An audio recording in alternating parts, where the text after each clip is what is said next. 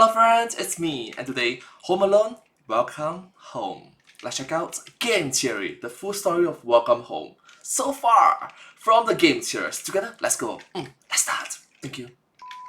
This is the complete lore of Welcome Home. With 2024 coming to a close, a new year upon us, and some new updates on the horizon, I thought it would be a good Yep, this video literally came out a few hours ago. idea to look back over this weird and wonderful artistic series to remind ourselves of everything we've learned about the mysterious neighborhood known as home. Plus, there have been a few updates since our last theory. So grab some hot cocoa and settle into that comfy chair, neighbor. Here is everything you need to know about Welcome Home. Plus, In a 1 hour video. if you stick around to the end, there may just be something special waiting for you. Call it a little holiday gift from me. Matt, take it away. Hey, It's a beautiful day in the neighborhood, a beautiful day for a neighbor. Would you be mine? Could you be mine? Would you be mine? Could you be mine? Would you be mine? Won't you be my neighbor? alright, that was dark. Hello, Internet! Welcome to Game Theory, the show that hopes to make this day a special day by just being itself. And you can Hello Internet, welcome to Game Theory.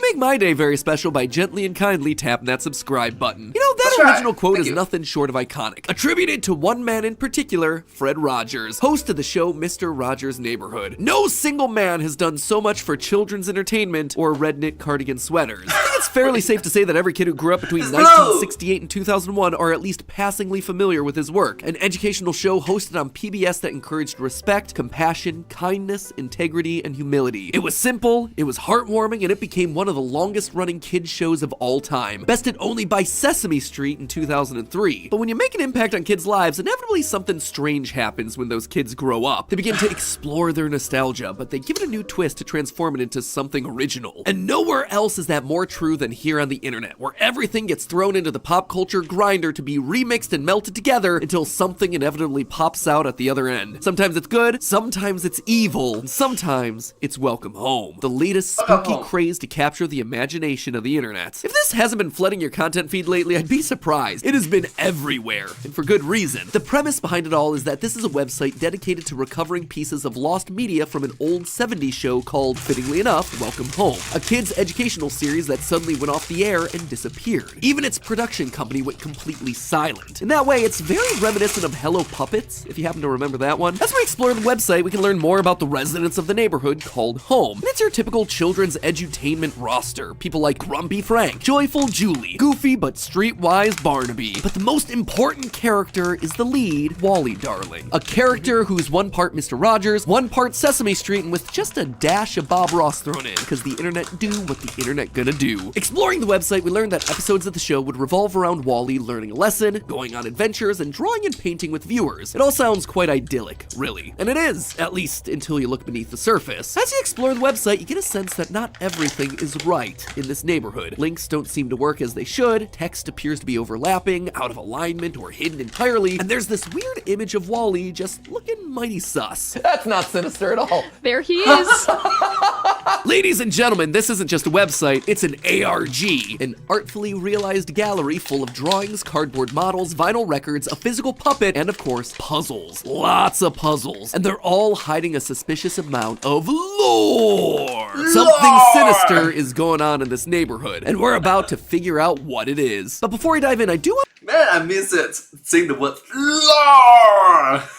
I want to take a minute to remind everyone that while yes, websites with secrets like this are exciting, we have to be kind and respectful while we explore. Welcome Home's creator Clown has been very explicit in saying that they welcome theorizing, but they also ask that you don't share them on any theory videos for fear of the video influencing their intended narrative. Additionally, as always with any website-based mystery, remember our 5 rules that we've covered in past episodes. Never publish private information, stick to publicly available information, do not trespass, do not contact or harass individuals, and keep the discussion centralized. help with that, there's going to be a link in the description for the mega thread on the Game Theorist subreddit. But these rules are especially true for this particular series. Rumors have been circulating in the community that Clown has actually been doxxed. Fortunately, they put out a post confirming that that isn't true. That said, let's just keep it that way. Secondly, as I mentioned before, online discussion about this world and its characters has blown up across TikTok and YouTube. And because of how quickly and aggressively this has gained in popularity, Clown's currently taken a step back from posting and creating right now. There's even a deleted post saying how overwhelmed they feel by the amount of attention the project's received. So just as a reminder, stay patient, stay polite, and do not pressure anyone into making more content. Be kind and respectful members of the community. And Clown, if you're watching, which you shouldn't be since this is a theory video, but still, if you are, just want to say, take your time. There is absolutely zero pressure for you to make anything anytime soon. I mean, let's be honest, it took me 7 years to finally launch Style Theory. Creating something cool takes time. One creator to another, just keep doing what you're doing and put your own mental health first. Alright, so with all of us on the same page, let's actually look at some of the clues that I mentioned earlier. When you visit the homepage, you'll find Wally sitting on a rock, and below him is a newsletter explaining the latest updates. However, if you look closely, you'll see something that's quite literally out of place. The letter Y in the word your is sitting much higher than the rest of the text. Now, you might think that this is just a website glitch, something that the creator didn't realize was there, but when you look through the rest of the site, you find the same thing happening over and over again. One misplaced letter on practically every main page. The W in Wally on the welcome homepage is slightly too low. There's an X in the word expand on the neighborhood page, an O in the title of the about us page, an E in the news logo, and a V in the I love you message over in the guest book. What do you do with all these letters? Well, you go back up to the URL bar and type in clownillustration.com/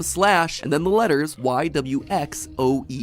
That then brings you to a brand new page that contains the image of a house with a gif of eyes over top. These eyes appear to be that of our lead character, Wally. Eventually, the gif stops, showing only an image of his eyes wide open with dilated pupils staring right at us, which I gotta say is making me all sorts of uncomfortable, but this isn't the only secret that those letters unlock. Notice the title tab of the website here. It says try again. Clearly, there are right and wrong combinations of all these letters. By putting in WOXYVE, we get to see a page of the show's script, along with a gif that shows Wally's eyes looking at us. And if you try EOVWXY, you'll see a video of a TV screen with static, but when the 40-second mark hits, suddenly there's a flash of those same eyes staring at us through the screen. Something tells me we're being watched. And it's at this moment that you notice the designs at the edges of the website. What initially seems like loud flower power style designs of the 60s are actually a mass of eyes, constantly watching us as we scroll through the website's various pages. But this doesn't end with it just watching us. Whatever this thing is, it's also trying to communicate with us. On the welcome homepage, we find lots of images that are noted as being restored remnants and reproduced pieces. This is where we find that creepy image of Wally closing his window shutters, but there's also another image that's of interest here. There's what appears to be a newspaper clipping with a scene of the characters Frank and Eddie delivering mail. However, if you look closely, you'll see part of the article is visible on the right-hand side. Take an even closer look, and you'll notice at the bottom, the first letters of each line spell out something. Hello, you. Haha, that's ominous. Who's... Wait a minute, it's Hala from Singapore.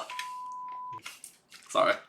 speaking to us exactly? It's also not the only time that we see messages like this either. If you head on over to the About Us page, the page where we learn about the recreation efforts, we can see a picture of Frank's head mechanics. But in the corner of that image is a set of books, all with writing on the spine. The first couple are obvious, and again give off that creepy vibe of something trying to communicate with us. Hello, it's you-know-who. But it's the last books that really get into uncomfortable territory. They read, I'm your neighbor. Do you know about me? You do. I've seen you. So we know someone's watching us. We know they're trying to communicate with us, but who are they? They assume that we know them, so we should probably figure out who's on the other side of those book spines. Feels very much like someone from the show in some way, calling us neighbor. It's very Mr. Rogers-esque, like a TV host addressing the people that are watching. Breaking the fourth wall YouTube style. Could it be that the reason that we saw the eyes of Wally on those mysterious pages was because he's the one trying to communicate with us? Well, the only way to know for sure is to keep on searching, and I want to go all the way to the end, to the page that's filled with probably the most lore of this entire project, the guest book. This guest book is for people visiting the site to leave comments, but that's not the only thing the page displays. Sometimes there are drawings next to those comments which aren't made by regular users like you and me. Someone, or something, has drawn them on the page. Most likely the one who's been watching us this entire time. And this is where things start to get even cooler. Sure, having even more pictures of eyeballs drawn next to comments is unsettling, but that's not all they're doing. If you open the image in a new tab, you'll find almost all of them have interesting file names. For example, on page 3, there's a spiral circle drawn in red, yellow, and blue crayon next to a comment that asks, why do you like eye contact? And if you open that image up in a new tab, you find the response, so you will know I am looking at you, neighbor. I am talking to you.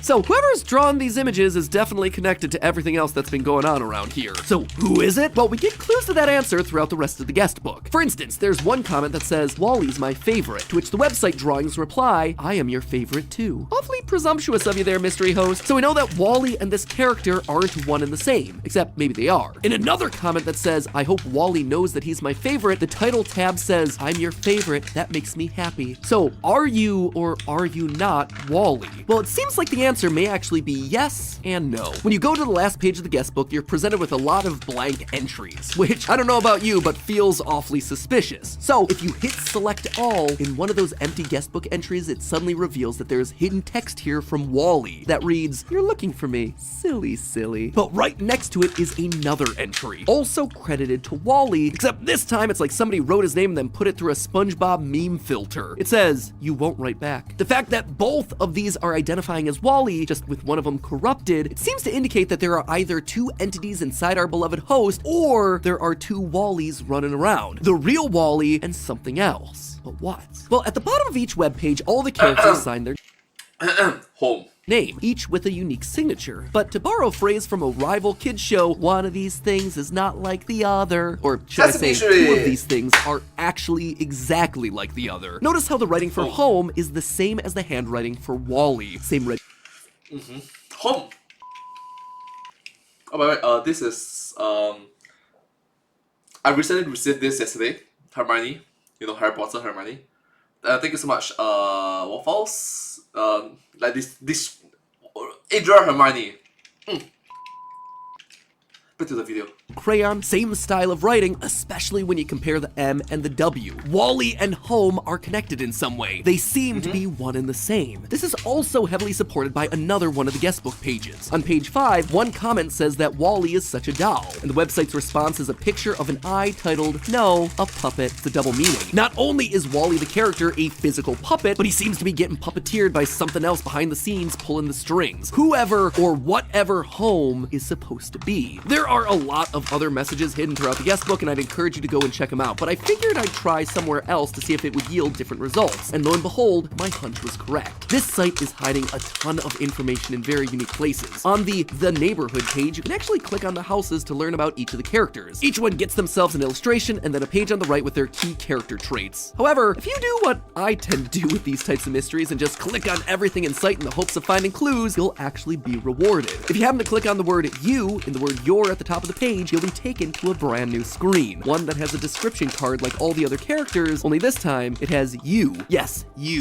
the one watching. And you got yourself a single line in your description, Wally is your best friend. I don't know, that, along with the constant calling of people in the guest book neighbor, it's kinda giving me vibes of a cult, where everyone refers to each other as brothers and sisters, or in this case, neighbors, rather than by their actual names. Speaking of weird details in the character descriptions, all of these characters, minus Wally, don't originate from home. They all moved here from somewhere else. They all have friends and family. We even see a picture of Julie and her siblings elsewhere on the site, but they don't exist inside of home, which again gives me some creepy cult vibes, where members are encouraged to abandon their former lives and move to live with other cult members in a closed-off community. And given that Wally is the one that never had to move, my gut's telling me that he's the one in charge, and my gut seems to be right. As I looked through more and more of the images on the welcome page, I noticed one very specific and tiny detail. The characters all Or maybe it started off with good intentions. Like good intentions, but bad execution. all wear badges, pins, or cufflinks related to their personality and traits. Some are pretty darn obvious. Eddie has a male pin on his hat because he's a mailman. Sally has a star and moon pin on her because she is literally a star. But what about dear old Wally? I expected to see him with some kind of art-based pin, a paintbrush, easel, crayon, but those were nowhere to be found. Instead, there are two images on the website that show what cufflinks Wally's wearing, and they're pretty surprising. He's wearing crosses, which doesn't really feel all that thematic for a character who's a painter. Instead, that's the sort of thing that you get out of a religious leader. A vibe that starts to get even stronger if you go back to the earliest days of the website. Now, this website was first launched back in February of 2022, and back then, it looked very different than it does today. At one point, there was this image of Wally staring directly at us with a simple phrase above his head: "Hold my gaze and follow me." I don't know about you, but if Mr. Rogers started speaking to me that way, I'd be catching the first trolley on out of here. No, this sort of phrasing is very similar to the style of speech used by religious figures, especially Jesus from various passages throughout the Bible where he would ask his disciples to follow him. It's also a tactic used by cult leaders as they indoctrinate new members. But bringing it all back around to the current website, if you visit that neighborhood page that I mentioned earlier and take an even closer look, you might notice that Wally's house has this pulsating black goo coming out from underneath it. And with internet projects like these, we all know that black goo is never a good sign. To my surprise, that space below the house was clickable. So I clicked it and I got this: a black image of Wally drawn in red, kneeling before the eye of his house with one hand raised. I mean, this is the most creepy thing that we've come across so far, and it gets even creepier because the title tab text is listed as "so below." If those two words don't immediately ring alarm bells for you, that's fine. To me though, as someone who's done his fair share of weird internet research, that phrase always leads to one thing. It's actually half of a phrase that you see a lot: as above, so below. A phrase that's usually used in conjunction with occult practices. Not just any practices either. More often than not, the phrase is associated with one particular image of the deity Baphomet. Baphomet was worshipped as a deity by groups like the Knights Templar and represented balance, with the two finger salutes pointing up and down, hence as above, so below. It's a symbol of mercy and justice, as well as explaining the idea that if things are a certain way in the heavens, so shall they be down here on Earth. And fun fact, if you take a look at Clown's professional art page, there's actually an image of Wally pulling the exact same pose. Now, it's at this point that I should probably mention that all the stuff on that particular website isn't considered canon by Clown. Quote, everything outside of the website, especially anything prior to the beginning of January of 2022, is conceptual artwork. These items are not solidified any longer, such as Wally's cufflinks, which no longer adorns crosses on the outside. So I would not regard these very old pieces as anything to consider. Welcome Home has been completely overhauled since then. So that Baphomet image is definitely not canon, but it does seem like some of these ideas have persevered throughout the various updates of the website. Hence that other image still being titled "so below" despite various website updates. I've also seen comments saying that this statement disproves any sort of religious or cult theory, but looking at these words from Clown, which are the only comments that I could find related to this particular topic, I don't think that's actually what they're saying. So back to as above, so below. Baphomet wasn't only depicted in that one pose, he was also regularly depicted with children surrounding him, because the idea was that children wouldn't immediately see him as the devil. They should be allowed to make their own decisions rather than being told how to interpret something. Specifically, the worshippers of Baphomet were against the indoctrination of children, which is pretty darn interesting if Wally is now fulfilling the role as some sort of puppet deity. In short, all of this seems to imply that just like Baphomet represented balance, Wally and Home also balance each other out. Wally is the friendly childhood host, and Home is the darkly chaotic, perhaps even evil monster lurking within. On the About Us page, we see some of the artwork that's being received from an anonymous source, but the original artwork always arrives in a damaged state, covered in red, yellow, and blue paint, the colors that Wally uses. Again, showing us that this isn't just a show, but that the real puppet of Wally is alive and purposely trying to reach out to us. On that same page, there's an FAQ section where there's some text that overlaps. Text that reads, "When I unwrapped the first letter, I felt it. I heard it. Open, open, open. I want it out. I'm going to get it out." What does he mean, get it out? Are you talking about home? We see the same type of language on the news page where we're told that a museum curator is wanting to put on an exhibition for all these findings. Together, we will get it out. We will get everything out. You will see as we do, neighbor. Now that right there, that sounds like indoctrination at its finest. Wally has managed to brainwash these people. And now, thanks to this exhibition, they're going to be able to spread the word of this show, this cult, to the masses. The links page, for instance, is literally labeled as "Spread the Good Word, the doctrine of Wally." But what exactly is Wally's doctrine? On the surface, thanks to that Baphomet imagery, you might think that Wally is both a deity and leader, but I don't think that's the case. As we've talked about multiple times now, Home appears to be alive, and it's considered the 9th neighbor of Welcome Home. None of the other houses in this neighborhood are alive, it's just Home. And given that it's Wally's house and he's some kind of a cult leader, that strikes me as fairly suspicious, especially when you check out the page on your phone. Because the image has to be resized for a mobile device, Home is no longer longer in the middle of the page. It's higher, and as a result, you see what's behind it, a black void with a single spiral in the middle, just like the spirals that Wall-E is drawing into the guest book. And while that is certainly disturbing, look at the whole image. The colorful trees in the middle, the paths leading to and from the void and all around the neighborhood. It almost looks like a person lifting their arms in an act of worship. Wall-E isn't the deity here, home is. Wall-E is just the good and faithful servant. They are all welcoming home. If you remember the letters that we used to find some of those hidden web pages at the top of the episode, there's a couple that I neglected to mention. If you put them in the order YXWVOE, you'll find an error page. But click the telephone and suddenly we're treated to a rendition of the song Beautiful Dreamer.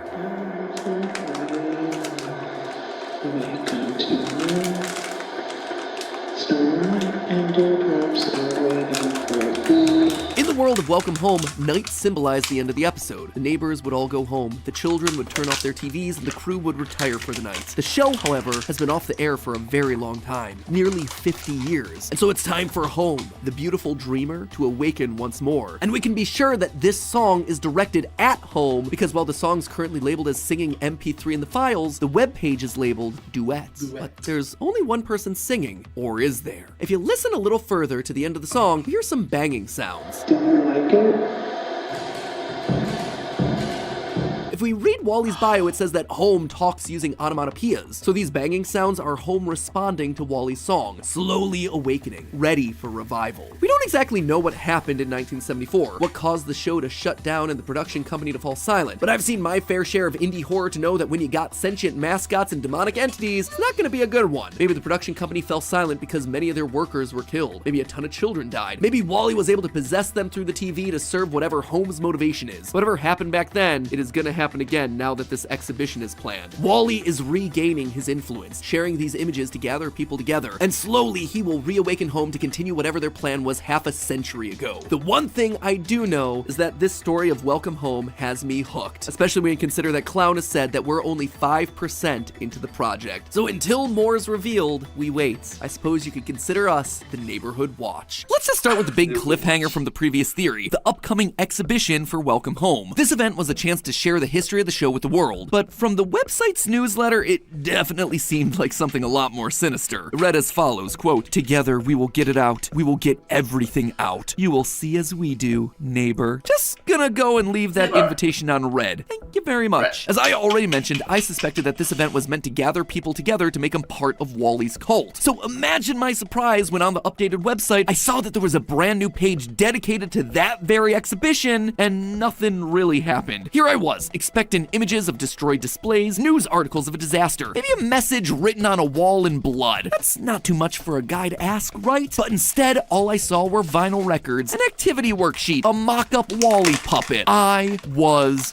wrong. No, something had to be off on this website. The main thing on the page was a short interview with the mysterious museum curator simply known as the Question Answerer. As they said on the exhibition page, quote, "I still have so many questions to answer here in the world of Welcome Home. You and me both there, QA, you and me both." Which means that it's time to do what you always do when you're stuck and need answers in an ARG, click anything and everything on the screen. And sure enough, my gut and brute force was right. There was actually something hidden here on the page. If you click the word answer from the Question Answerer quote I just read, you're taken to a page with a single image of a notebook. On this notebook, we see someone has been trying over and over again to find a password, but a password for what? Well, to find out, all you have to do is click the image, revealing a red safe with keys that represent the various characters from the series. Clicking again takes us to a blank guest area that requests a password. According to the notebook, the code is going to be 5 letters. And go figure, those worksheets from the exhibition also have 5 questions, with each answer being one of the residents of Home, lining up with the keys on the safe. Who's the funniest neighbor? Has to be the residential jokester Barnaby. Who shines brighter than any star? Sally Starlet. Who's the biggest chicken? Our knockoff Big Bird, Poppy. Which neighbor speaks to flowers? According to the character profiles, it's Julie. And who's your best friend? Well, that one there has to be our main character, Wall-E. And if we take the first letter from each answer, B, S, P, J, and W, and type all that in, we're rewarded with the staff-only page. And before I show it to you, let me just say that there is so much going on here, it is gonna burst your theorist brain. The page isn't like anything we've seen before. There's a bunch of text, but it's all at strange angles. The title's been copied so many times it's almost illegible. There's even some redacted text thrown in here for good measure. There's also a new group of photos that don't seem nearly as upbeat as the main site. And there we have it, my bloody walls. I I can finally rest easy. But really, the image that grabbed my eye here was this one. An image of art supplies with a couple of no touching signs sticking out of the box. Hey, you don't tell me what I do or do not do sign. But in all seriousness, look at the note that's sitting on top of the pile of latex gloves. Put on gloves before handling any art. Call me if we run out. Those signs there aren't for visitors, they're for the staff. And it's important. I mean, you're not just writing 4 exclamation points there for no reason. In a later image, we find an email warning staff about a strange substance that's growing on the artwork. Quote, COVID Island. if a substance begins to grow on anything delivered, please place it back in the box it was shipped in and return it to us at your leisure. If you or anyone in your team experiences nausea, dizziness, or fatigue, please don't be alarmed. Yeah, because when I touch something that suddenly makes me sick, my first response is clearly gonna be, this is totally fine. We can actually see this substance on the first image with the glove box. One of the gloves has actually been used and is covered with a paint-like goop, which matches what we see on the art pieces from the About Us page. The artwork is being delivered like this, and whatever's on it is not good for you. It seems connected to this line of secret text from the website's original FAQ page. Quote, when I unwrapped the first letter, I felt it. I heard it. Open. Open, open. I want it out. I'm going to get it out. It's not just making people sick, it's literally giving Wally an entry point. Seems that once you touch the paint, he can speak to you, indoctrinate you, brainwash you. In fact, it now appears to be happening to someone on the staff-only page. Here's the quote. I had a dream when I began working on the Playfellow exhibition. Wally Darling was sitting at the foot of my bed with a rotary phone in front of him, ringing away. It looked just like the little toy phone we were restoring for the exhibit. It kept ringing. Wally stared at me like he was waiting for me to pick up the phone, just staring,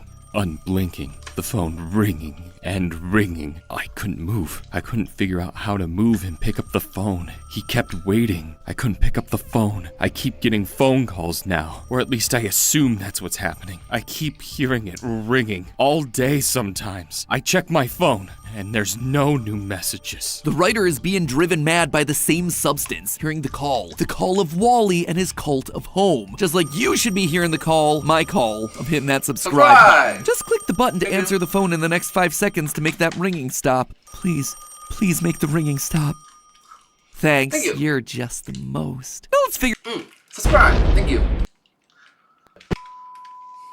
out what's going on with this note. The note goes on to talk about how they tore up the workspace to find the ringing, and that they poured over every recovery the Welcome Home Restoration Project has given me access to, including their website. Given that they're speaking about the organization in the third person, and they seem to be the one responsible for all the mess that we see backstage of the exhibit, it leads me to believe that this is the person put in charge of the whole thing, the question answerer. A professional exhibitor and museum curator who believes in our happy home just as much as we do. I actually saw their name pop up in the old website when I was doing my previous theory, but we didn't get much detail about them, so I kinda left them alone. But now, they seem to be playing a much more important role in the story, especially as it was their quote that led us to the staff page in the first place. The QA's been the one handling the artifacts. They've been getting everything set up, and in so doing, they've fallen victim to Wally's trap. What they've also done is tell us where we need to look next to keep our quest going. The question answer keeps referring to a telephone that Wally's holding, one that they can hear, but they dismiss the toy phone in the exhibit. Quote, all that was there were the toys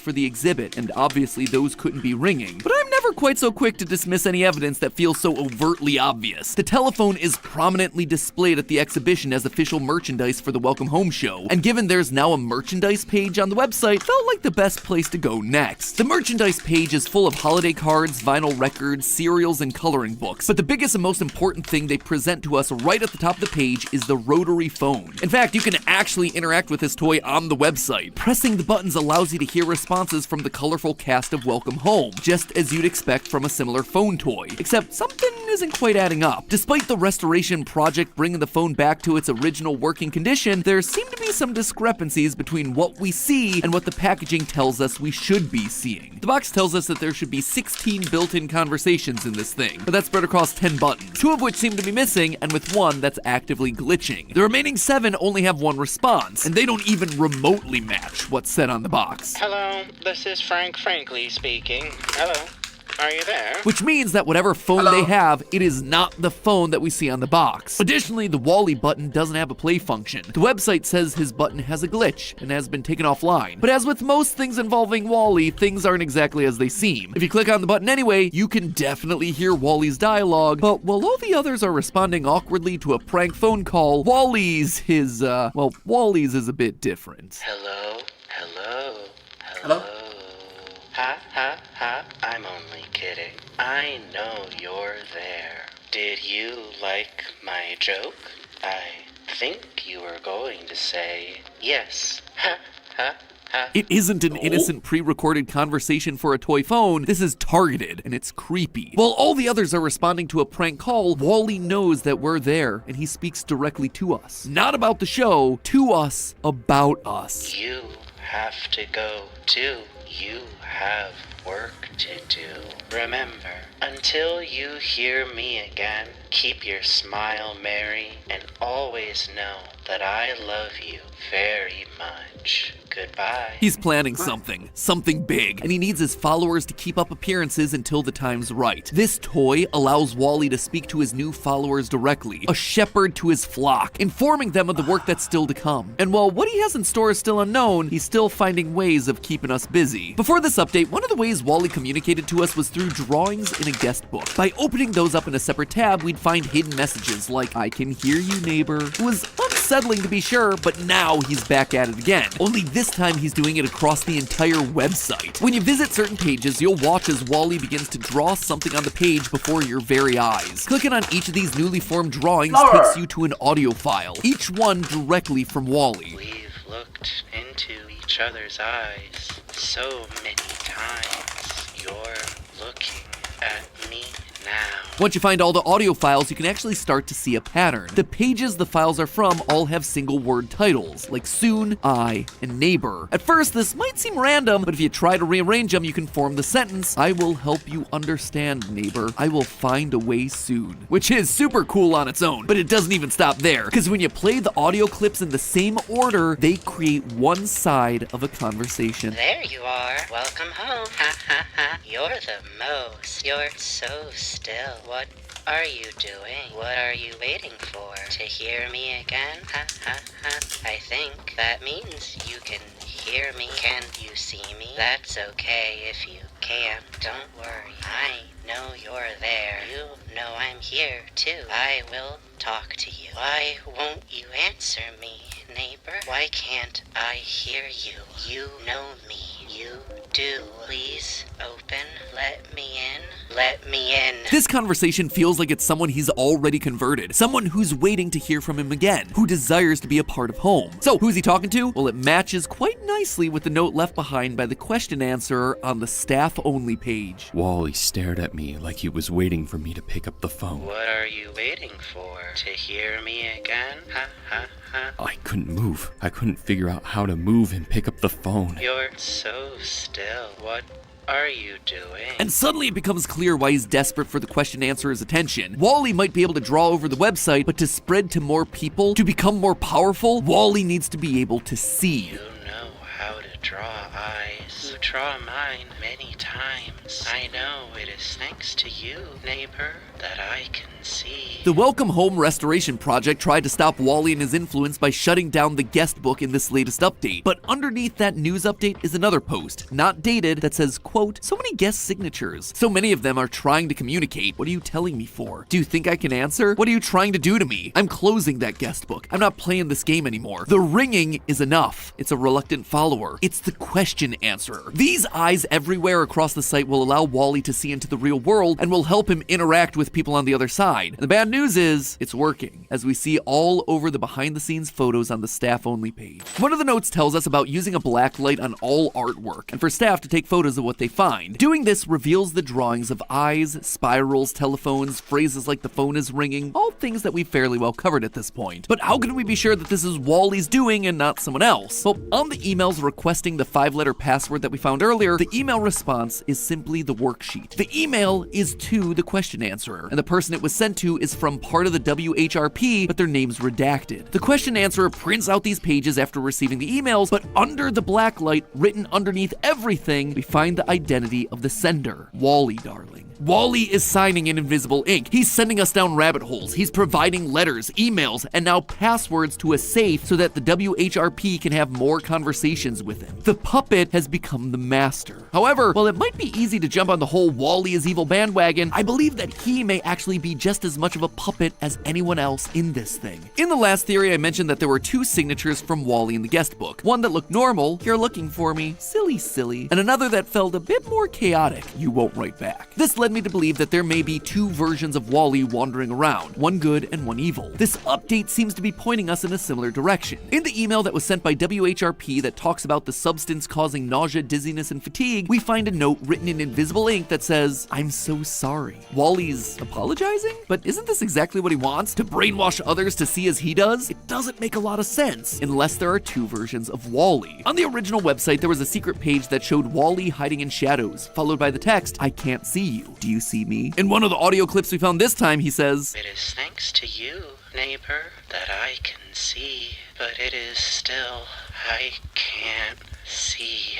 Wally being able to see or not see is one of the big recurring phrases across the website. So how come he suddenly breaks mid-conversation and then all of a sudden is struggling to speak and says that he can't see anything? Maybe it's not that there are two Wallys, but rather one Wally with two different sides inside of him. Eyes have always been used to represent Wally, but they've often been accompanied by spirals. We see them throughout the blacklight images, but there was also a spiral beneath home on the old website. Well, if we look at that spiral now, it's grown, it's bigger, and now there's an eye inside of that spiral. The So Below page now reveals a spiral that, when clicked, gives us a recording of home talking in noise. Those noises can actually be translated from Morse code to say hello. Spirals are the signature of home. Eyes are the signature for Wally. And now they're becoming one and the same. They're mixing with each other. Home is controlling Wally. On page 6 of the guest book, we see Wally's written his name, but if you open the image in a new tab, the image is called Our Name. R, as in plural ownership. Two beings inhabiting one body. Wally and home, which explains why Wally contradicts himself mid-sentence. It's his good half, his real half, fighting back, trapped inside his own body, unable to see, barely able to communicate. But with what time he has, he's begging us to stay quiet, to not fall for home's tricks. And he's not the only one that feels trapped here either. There appears to be someone else onto Wally's schemes, someone who's working from the inside, undercover, trying to track down the cult's behavior and bring the whole operation down. One thing I didn't expect when logging back into the Welcome Home website post-update was the sheer amount of bugs across the site. And no, I'm not talking about broken links or buttons that don't work. I'm talking literal bugs crawling around the website. These I think you can just call it insects. colorful little critters appear on nearly every page. And at first I thought it was just a little extra design flair, adding some movement to an otherwise static page. But then I noticed this particular part of the most recent newsletter. Quote, "Please excuse those pesky bugs, dear neighbor. What is a beautiful home without a pest or two? We will do our best to keep things neat, tidy, and organized." I mean, they might as well have just said, "Do not touch" in giant red letters. So of course, I'ma touch it. When you do, you're met with something completely new to the series. A video. A video that opens another side of the story that Wally, Home, and the Restoration Project do not want people to hear. So let's take a look for ourselves, shall we? We don't get a lot visually from the videos themselves. They appear to be our neighborhood characters interacting with each other. The conversations seem to be very trivial on the surface. Sally wants Poppy to bake a cake, Howdy is talking about his family back home with Barnaby, and Eddie and Julie play make-believe games. Nothing's really happening, but we know better. Looking at the details here, you start to notice that the conversations are happening off in the background, meaning that whatever perspective we're seeing this from, it's not the character that we hear. So whose It's spy camera, I guess. Spy camera. perspective are we in, and why are we watching? Well, you don't have to wait long to get your answer. At the end of each and every video, one of the characters addresses Wally, and as they say his name, the audio distorts and the visuals cut out. I'm sure we can come up with a wonderful joke between the three of us. Isn't that right? Next time, don't give Eddie any hints, eh, Walsh? I didn't see you there. What can I get you for you today, Walsh?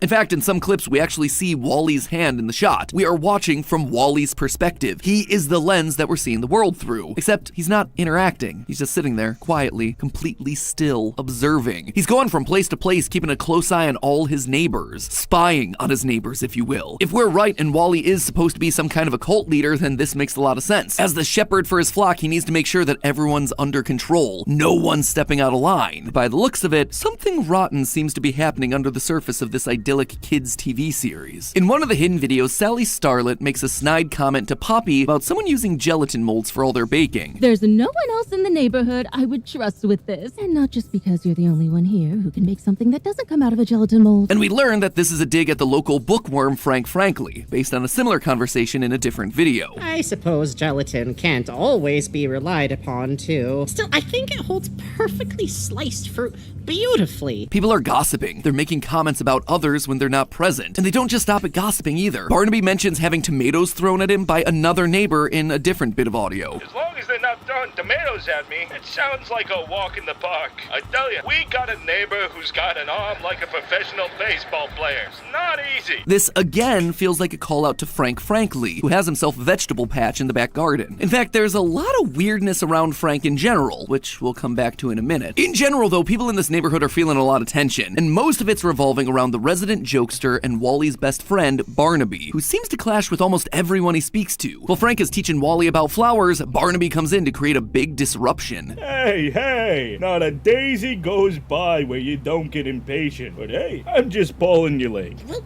you just get out of here? Go find an audience for your silly gags somewhere else. Barnaby also chases down Eddie the mailman because he wants his delivery, even though Eddie says it's against the rules. I have to put it in your mailbox. It's policy. And Barnaby just straight up bullies Julie after she tries to tell a joke. What did the number 3 say to the number 2 after beating him in a game of checkers? Oh no, here it comes. I won! That was just doggone terrible. But then there's the final video. It is wildly different from everything else we've seen so far. Unlike the other bugs that appear on the normal pages of the website, this bug is found on a hidden page, the WOXYVE page from the Welcome Home pre-update. In case you don't remember, this was one in a series of hidden pages that you could discover by finding misplaced letters in the text sprinkled across the website. This particular page shows scripts from the original Welcome Home TV show, but now there's been a bug added, a real bug hiding under the pages. Click it and we find a video of Barnaby talking, just like all the What did the editor do?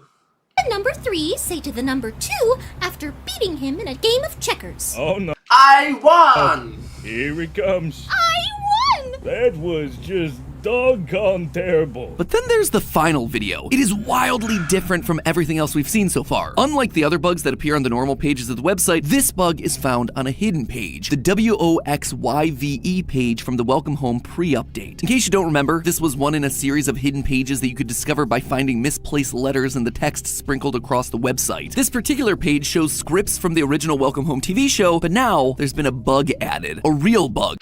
Hit it.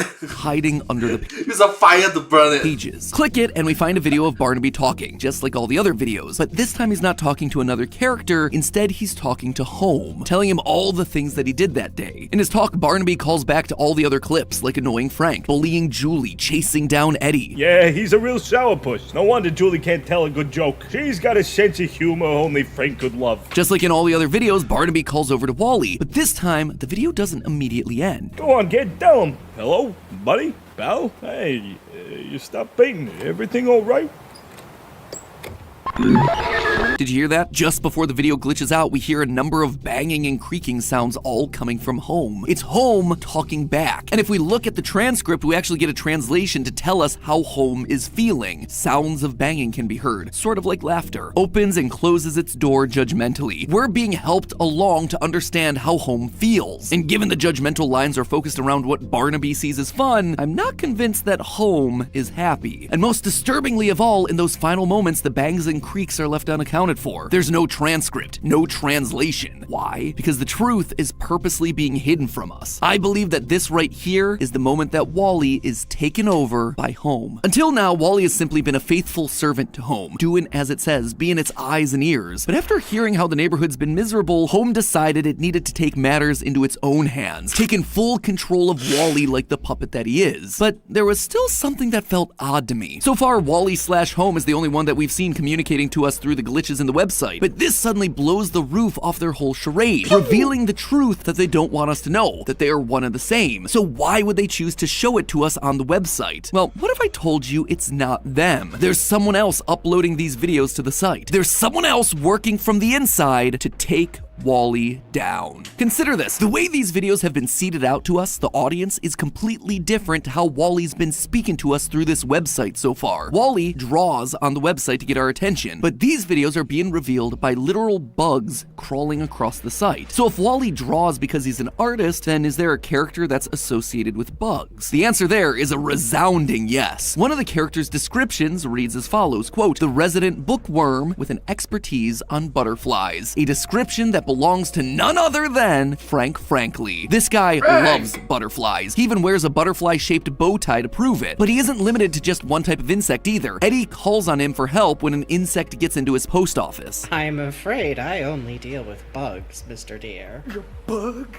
A critter? A guest? A neighbor? Whatever it is, it's upheaving my whole post office. But most damning of all is that on the merchandise page, there's a letter from Frank to Wally talking about an insect that he saw and a picture explaining the legs of the bug, a bright and colorful insect that looks exactly like the insects that we've been clicking on throughout the video. If there's an insect, Frank is involved, which means that these videos are coming from him. It is Frank trying to talk to us. And it's clear that he knows the truth about what's going on when you take a closer look at the videos taking place in his garden. Frank is the only one with a vegetable patch, as seen from the neighborhood page. But the garden isn't quite right. There's a rotting tomato just lying there, and Frank acknowledges it in one of the clips. They just won't leave my tomatoes alone, and who am I to shoo them away? But it's just left there for us to stare at, this sign of decay. Just like Wally, Frank here is painting us a picture. He's telling us that life since joining the cult isn't all it's cracked up to be. There's a sign of decay inside. There's something corrupt in the middle of this otherwise pristine-looking place. In fact, in multiple clips, he's suspicious of the true nature of basically everyone around him. I doubt you're any sort of beagle.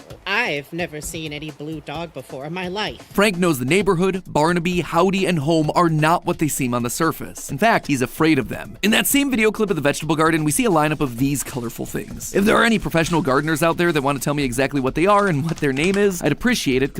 They are just wooden clothed ping, you silly goose. I wasn't able to find it, but to me, they seem very humanoid. We see 8 standing up in a line, and then one opposite them upside down with its head buried. 9 people in total. And then, remind me again how many neighbors there are. Poppy, Barnaby, Julie, Frank, Howdy, Eddie, Sally, Wally, and Home. 9. These are our neighbors. But then, who's this one with his head buried, and why? My mind immediately went to the phrase burying your head in the sand. You know, refusing to think about unpleasant or negative things. If this is Frank's garden, it's likely that this has been put together by Frank, so maybe Frank knows the truth and is denying it? No, if he was denying it, he wouldn't be reaching out to us through the website. It would make more sense for this one to be Wally, denying that there's anything wrong in the neighborhood to begin with. Or maybe it is symbolic of Frank hiding from the neighborhood because he knows the truth. He's now trying to tell us without being seen by everyone else because he's worried what the neighbors will do to him if he gets caught. Sadly though, it might be too late. On the staff-only page, there's a framed photo that has a note from the question answerer, the curator that's putting together this entire Welcome Home exhibit. It says, quote, "This art was not part of the shipment. Please stop using the work printer to prank me." But underneath the actual photo, written in invisible ink, are the words, "Who are you?" with an eye and a spiral. Last episode, we discussed how the eye represents Wally and the spiral represents Home, the two working together. And the invisible ink is one of the ways that they communicate with the outside world. For it to grab both Wally and QA's attention, it's gotta be an important detail, right? And while the image itself is quite dark, I felt like I recognized it from somewhere. Then it hit me. The QA says that it's not part of the shipment or original assets, and there's one place where Welcome Home assets exist that aren't being considered canon by the fanbase: Clown's portfolio page. Sure enough, when I took a look, there was a high-res version of this exact image, and it shows our new helper, Frank Frankly. The image is a weird one. He's surrounded by his own body parts: arms, hands, eyes, and in the center of the photo we see Frank holding a mysterious red square. But these hands aren't like his usual ones. The number of fingers don't actually match up. Yep, it's like the good old days of FNAF, my friends. We're counting fingers and toes before anyone becomes a robot. Anyway,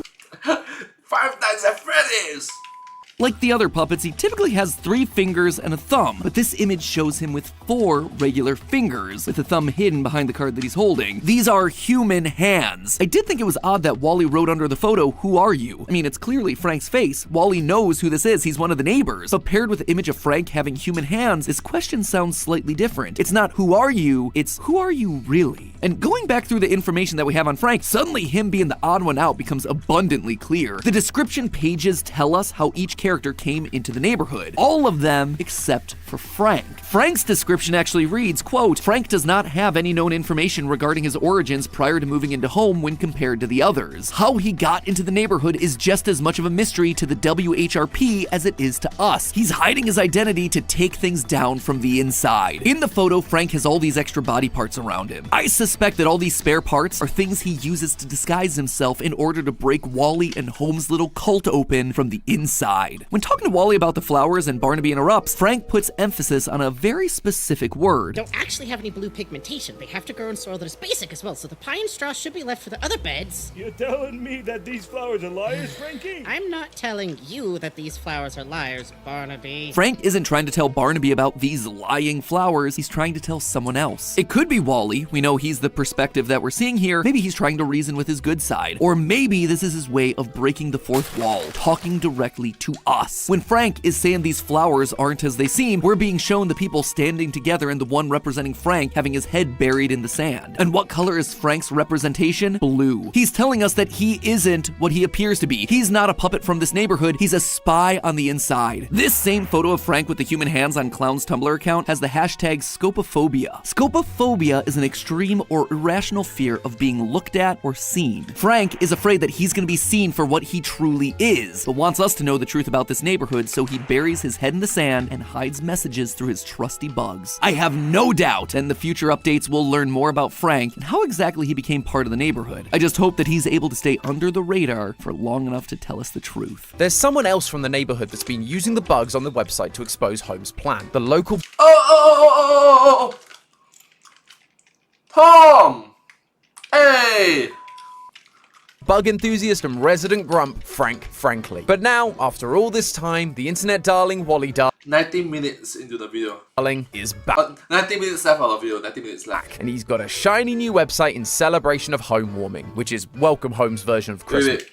Sorry, guys. Came into the neighborhood. All of them except for Frank. Frank's description actually reads, quote, "Frank does not have any known information regarding his origins prior to moving into home when compared to the others. How he got into the neighborhood is just as much of a mystery to the WHRP as it is to us. He's hiding his identity to take things down from the inside." In the photo, Frank has all these extra body parts around him. I suspect that all these spare parts are things he uses to disguise himself in order to break Wally and Holmes' little cult open from the inside.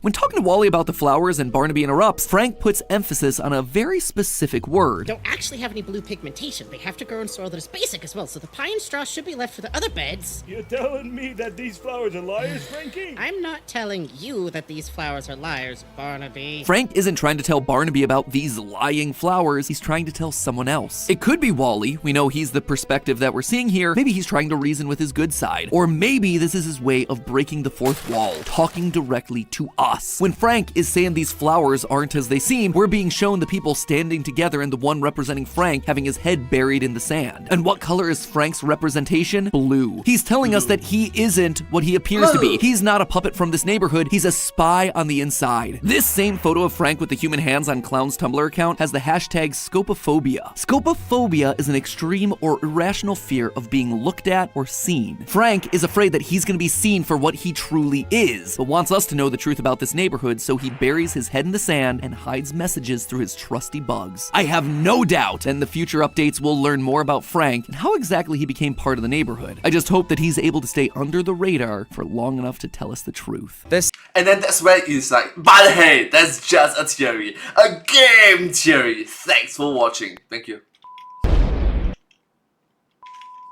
Okay, so let's continue this. Tom. Someone else from the neighborhood that's been using the bugs on the website to expose Home's plan. The local bug enthusiast and resident grump, Frank Frankly. But now, after all this time, the internet darling, Wally Darling, is back. And he's got a shiny new website in celebration of home warming, which is Welcome Home's version of Christmas in March. So, as you can tell, things are already not adding up, which means there's likely going to be a bunch of brand new lore waiting for us in the neighborhood. So, even though it's spring, wrap up warm, get a hot cup of cocoa, and join me, neighbor, as we uncover the secrets behind this new website and spread the holiday cheer for all to hear. For all to hear. For all to First of all, when I say shiny new website, I really do mean it. This isn't just an update. The old website has been taken down and a new one has been rebuilt in its place in order to get rid of all those pesky bugs, glitches, and files. There are these weird new doodles around the website, but I clicked on them and nothing happened, so it seems like this reboot was a success. Other than that, the website seems relatively similar to the old one, outside of the new Christmassy themes. But if you take a look at the news section, there's a newsletter that tells us all about the new stuff they have over on the merchandise page. So I guess that's where we're going next. And they really weren't lying. This is by far the biggest part of the update. There are audio files from Welcome Home commercials, songs sung by members of the neighborhood, including Wally's tone-deaf rendition of the song Toyland by Doris Day.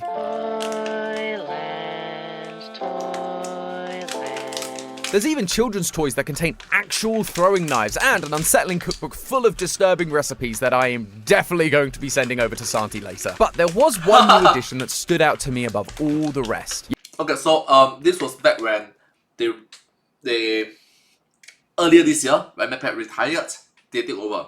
So Tom is the new host for the game series, Santi is the new host for the food series. Yes, even those deadly weapons. And that was the Crispy Sweets Frosted Cereal Box. More specifically, the back of the cereal box. We see our reliable mailman Eddie Deer holding a decoder ring, encouraging us to make or break secret codes. Call it a hunch? I think that might be a clue. This decoder ring uses pictures that correlate with the letters of the alphabet. And if you've been paying attention, these pictures are the exact same as the ones we've been seeing scattered around the website. Ha! I knew those random doodles weren't just random doodles. So of course, I scoured every page and found every last one of them. Now all we have to do is figure out what this jumble of letters is supposed to say. I managed to find the words away from prying eyes, but I was left with a handful of letters that at first I just couldn't figure out. That was until I remembered that this is a web-based ARG. These letters aren't words, they're part of a URL. 3 W's at the start and the TNE spelling out the domain .net, giving us the website www.awayfrompryingeyes.net. And sure enough, type that into your search bar and we're taken to a brand new website. This site contains the writings from a member of the WHRP, gathering evidence of all the weird glitches from the old website, trying to figure out what's going on. Going down the page, we could see that the writer is named W,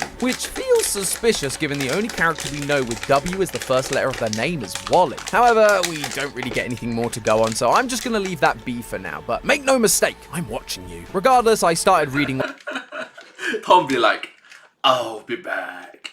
Be back. Sorry.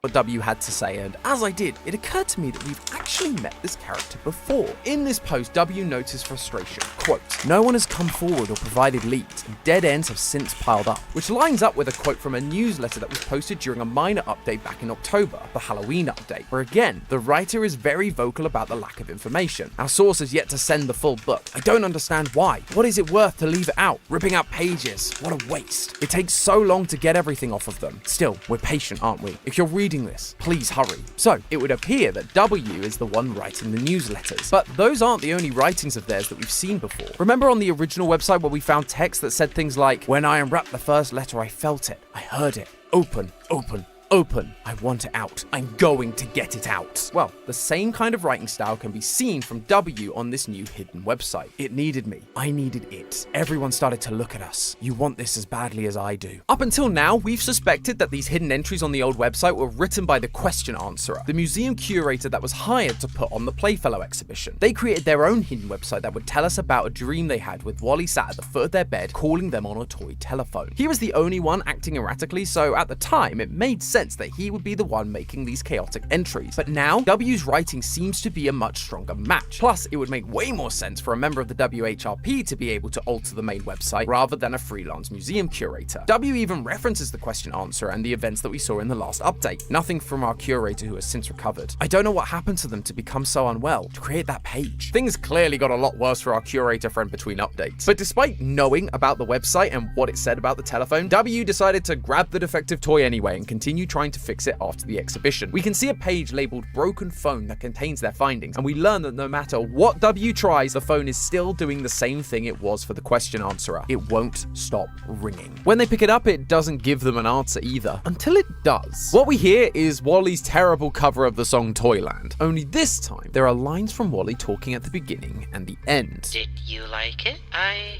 wish I knew, but you still won't tell me anything. Wally is still using the phone to communicate to whoever is on the other end, but unlike last time with the question answerer, I don't think this is the side of Wally controlled by Home. Listen to what Wally says before hanging up. Everyone's usually so busy, so it's just me and Home for a long while. I don't want to end this call. That line, I don't want to end this call, to me, sounds like desperation. Wally says that he's alone with Home, and he doesn't sound excited, because with no one else around, Home can take control and carry out the next part of his plan. But I have to go get ready for home warming. Home warming is the next part of Home's scheme to keep the neighborhood in line and indoctrinate more people into this cult. And we can see this plan in action if we head on over to the second piece of evidence from this new secret site named Commercials. On this page, W tells us they managed to somehow find snippets of the actual Welcome Home TV show playing on their old TV. Previous entries on the old website talked about how no one seems to remember the show, and despite having a bunch of merch, they had no evidence the actual TV show existed. So this is a huge deal. At least it would be if W had actually managed to record any of it. Dude, you had one job. Though I shouldn't give them too hard a time. They seem to recognize It's like,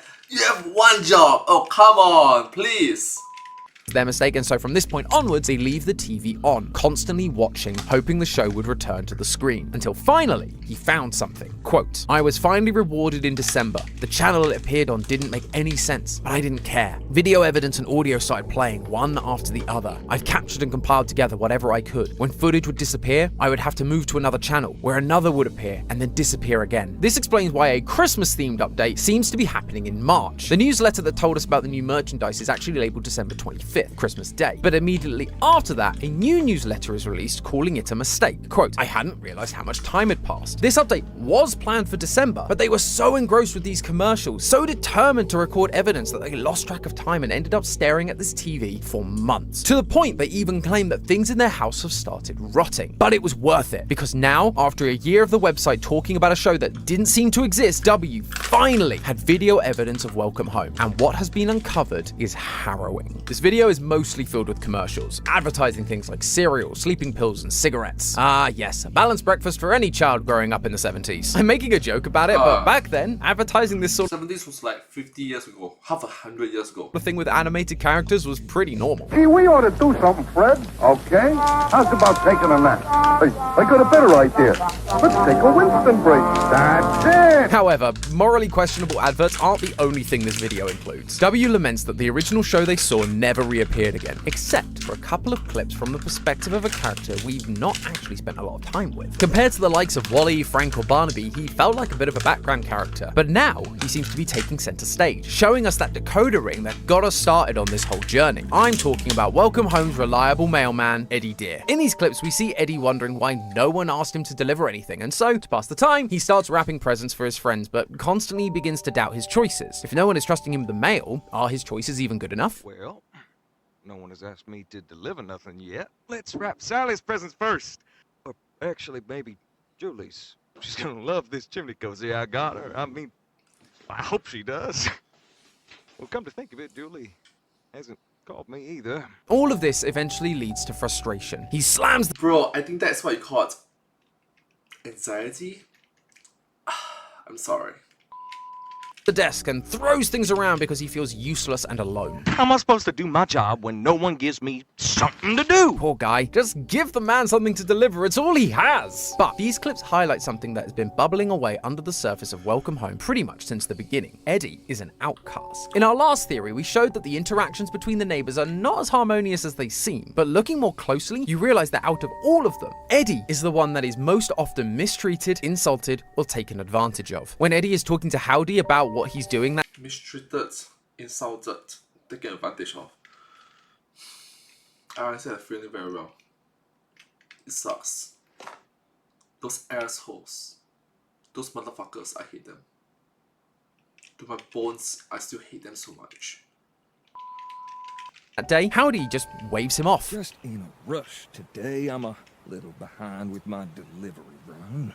You don't say. You have a good one too, Ed. Boy, that fella can talk your ear off. Barnaby chases him down the street demanding his delivery, and in a secret video from the Halloween update, Sally is talking about a famous performer. Eddie recalls that same performer, and Sally says, See? Even the mailman gets it. even the mailman gets it, as if he's somehow lesser. Clearly, the town thinks very little of Eddie, but there's something else that stood out to me. Why is there no mail? It's the holiday When you say that, hey, even da-da-da gets it, it paints the picture. It twists the narrative that that individual is somehow lesser. And it sucks for that person. It sucks. season. Surely there's something for Eddie to deliver. Even when the neighbors are being mean to him in those previous videos, he's still going around delivering mail. Hence, Barnaby is even able to chase him down the street. So, where has all the mail gone? Well, do you guys remember the Look, 最好的朋友是最好的敌人。 book from the original Welcome Home website, the one that had all those reaction drawings from Wally that helped us figure out he was talking to us? And do you remember what greeted us before we entered that guest book? A colourful envelope, a pixel art version of Eddie Dear, and an image telling you to visit the guest book next to another image of Eddie. Eddie is associated with the guest book, almost as if he's responsible for delivering those messages. But what you might also remember is that back in July, the guest book was closed in order to stop Wally from interacting with us. Quote, "I'm closing the guest book. I'm not playing this game anymore. The ringing is enough." You could still see the guest book, but you were no longer able to submit new entries. There were no new messages to pass on, no new letters to deliver. And that's why, come home warming, Eddie has run out of stuff to deliver, because the well of fan interactions has dried up, meaning he's out of a job and now he's starting to crack. And that is exactly what home wants. This video continues with the residents all heading to home for the home warming party. Eddie sits in an armchair and the narrator says, Eddie Dear was happy. but as the line is repeated, Eddie's face begins to sweat. He looks concerned. The audio begins to build until suddenly there's silence. Eddie looks at his plate, a plate that holds a single pea. That's pretty weird, but this quote-unquote meal is featured on the last page of the Welcome Home cookbook as a certified showstopper, and at the bottom of the recipe is a note. Having a get-together? Consider inviting more peas to the party. Add additional peas according to how many guests there are. Take care not to place them too close together. The peas aren't just peas. They are representations of the neighbors from home, just like the pegs were in the last update, and it's telling us to have them all separated rather than together. Up until now, we believed that home wasn't happy about the neighbors constantly fighting each other. But the more I look at this pea on a plate, the more I wonder if that's actually what home wants. Home doesn't want any of them too friendly or close. Why? Because it offers them the perfect opportunity for control. In this video, Eddie looks up to find himself alone in a black void, with home staring right back at him. A scene that looks awfully familiar to the one we found underneath home on the old website. A black void with Wally worshipping home as home's eye is staring at him. What follows are the sounds of Eddie struggling, his heartbeat racing, he clutches the arms of the chair, his vision begins to blur, until we are snapped back into the party with Frank and Sally talking to Eddie. Exactly like what happens to Wally during the Halloween update. We've known for a while that Wally is under the control of home, and so this new video is showing us that he isn't the only one. Eddie has also fallen into home's grasp. Earlier in this video, we even played a clip that shows Wally feeling— That's the thing, he's being isolated, he's being outcast. This built vulnerability, a weakness that people with nefarious purposes can exploit. It sucks, let's be honest, it sucks. If you have friend groups that mistreat you like this, have less interaction with them. I have several. I'm willing to give them a chance, but you know, my interaction with them reduced. Isolated and alone. Everyone's usually so busy, so it's just me and home for a long while. That is Home's tactic. Get the neighbors alone, disenfranchise them with the neighborhood, and take control. We see the idea repeated in Wally's rendition of Toyland. While you dwell within it, you are ever happy there. Once you pass its borders, you can never return again. While Eddie was living in the neighborhood, just dwelling, he was happy. But the moment he saw the neighborhood wasn't all it was cracked up to be, passing its borders, he's gone too far. He can't go back to pretending everything is fine. Eddie feels like he's not wanted in the neighborhood. He's becoming separated from the group. So much so that he is the only one to not have any home warming decorations on his post office. And thanks to the lack of mail from the guest book, he's become isolated, lacking purpose, making him the perfect puppet. And remember, the only reason he has no mail is because Wally, Home's first puppet, was responding to the guest book, which forced W to shut it down. Home has been playing 4D chess this whole time, and we had no idea. Home is using W to take control of the neighborhood, the WHRP, and the world. Eddie being under Home's control also explains why W hasn't received any updates since Christmas. The WHRP always said all the information found on this website was extracted from documents that had been uncovered in brightly colored envelopes. Colored envelopes have always been associated with Eddie. He delivers all mail to and from Home in these colorful envelopes, which means he was always helping Wally to send these letters from the start. But now, Eddie isn't collecting or sending mail anymore. He's working for Home. But hope is not lost. Frank frankly is seen at the end of this video talking to Eddie. Mr. Dear? Mr. Dear, are you listening? But when Eddie isn't responding, Frank becomes more concerned. He stops addressing Eddie as Mr. Dear and starts whispering his first name. Are you there? Why aren't you answering, Eddie? As we discussed last time, Frank is the man on the inside. He was the one we found on the Question Answerer secret website in a picture that showed him with human hands surrounded by his own body parts. He is using these to disguise himself and uncover the cult at the center of the neighborhood. And now he's using the bugs and secret videos to help us realize that horrible truth. As Eddie can barely get a word out during this encounter, it seems like Frank is aware of what's happening to him. He's becoming another puppet for Home's game, and so he's trying to help him break away. Each time Frank says Eddie's name, Eddie's vision becomes clearer. Kind of like how in the secret videos we found by clicking Frank's bugs, we see Wally's vision begin to glitch out when his name is mentioned. These videos are from Frank, so he knows that saying their names, expressing concern and building those connections, it can disconnect them from Home. But he does it in whispers so the rest And actually pull out the genuine through them. Maybe it helps. Maybe it can help. of the neighbors, and especially Wally, can't hear him. Again, the other neighbors don't know that Frank isn't who he says he is, so he's being secretive in what he's doing while trying to help Eddie out best he can. But as we've discussed, W hasn't received any new mail since Christmas, which means this fix is likely only temporary. And with 2 out of 8 members of the neighborhood under Home's control, it's only a matter of time before the rest of the town succumb to Home's plan. And if Home has their way, we'll all be joining them down in the void very soon. And boy, was I right about that last bit. This is your holiday gift, everyone. Time for a bit of a mini theory, because since then the website has received Okay, so the last 3 minutes of this entire video, which is like 1 hour plus, yeah, 3 minutes of mini theory.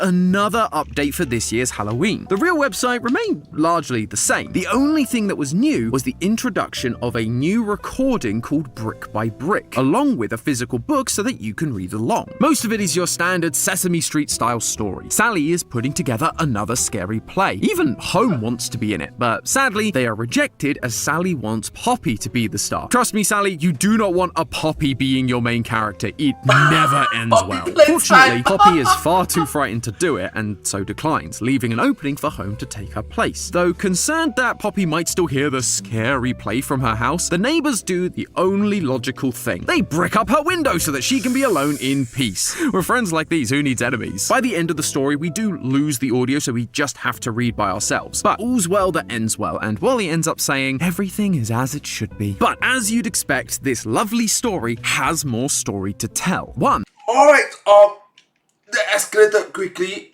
Wow. that has been kept away from prying eyes. That's right, though the main website is mostly the same, our secret website run by W has undergone some more interesting alterations. Some are small changes that focus on W's tracking of someone that was responding in the guest book, the secret messages we found in Wally's drawings. But the real change comes with the addition of the brick-by-brick audiobook. Although W points out the large number of differences between the text of the book and the audio they received. Most notably, it contains the part of the audio that cut out in the original tape, though it doesn't seem to match what we read in the storybook. As Poppy is left alone in her home, we start to hear sounds of wood scraping and a knock on the door. Poppy, frightened, says the door is open, but the knocks grow louder, a doorknob is frantically turned, and Poppy descends into madness. Open the door! Open the door! We hear Sally asking if Poppy is okay, and as Poppy comes to, she once again says she couldn't get out. Suddenly, we hear Frank. You're out! The door's open. Why don't you open the door? This sounds very similar to what happened to Eddie Deer at the end of the last episode. Eddie was isolated from the rest of the neighborhood, and that was when Home took control of Eddie. Now, Home's onomatopoeic sounds are showing up again when Poppy is isolated and afraid in order to take control. We even see this represented in the storybook. Sally tries to cast Poppy in the play, but Home ends up taking her place. Home takes over as Poppy. And as we're listening to Poppy's breakdown, the page of the storybook just shows Wally saying, "Everything is as it should be." Wally, Home's faithful servant, is revealing that this was all part of the plan, that everything is as it should be. Everyone should be isolated and become part of Home. Frank is coming in with a whisper, trying to calm them down and save them, bringing them back to reality without Wally Darling noticing. But Frank needs to up his game, and fast, if he's going to save everyone. With each new update, we are seeing a member of the neighborhood become isolated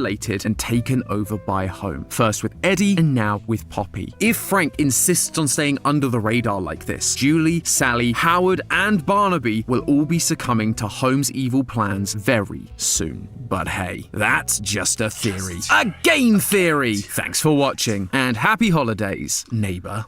But if you're still wanting more lore, answer the call and click the link on screen to watch our video of the complete lore of Minecraft. Why won't you answer me, neighbor? Alright, take a look at the meme. Back to reality without Wally Darling noticing. But Frank needs to up his game, and fast, if he's going to save everyone. With each new update, we are seeing a member of the neighborhood become isolated and taken over by Home. First with Eddie, and now with Poppy. If Frank insists on staying under the radar like this, Julie, Sally, Howard, and Barnaby will all be succumbing to Home's evil plans very soon. But hey, that's just a Home Alone. One coincidence. But hey, that's just a theory. A film! But hey, that's just a theory. A game theory! Thanks for watching. And I hope to see you all in my next video. Thank you so much. Subscribe.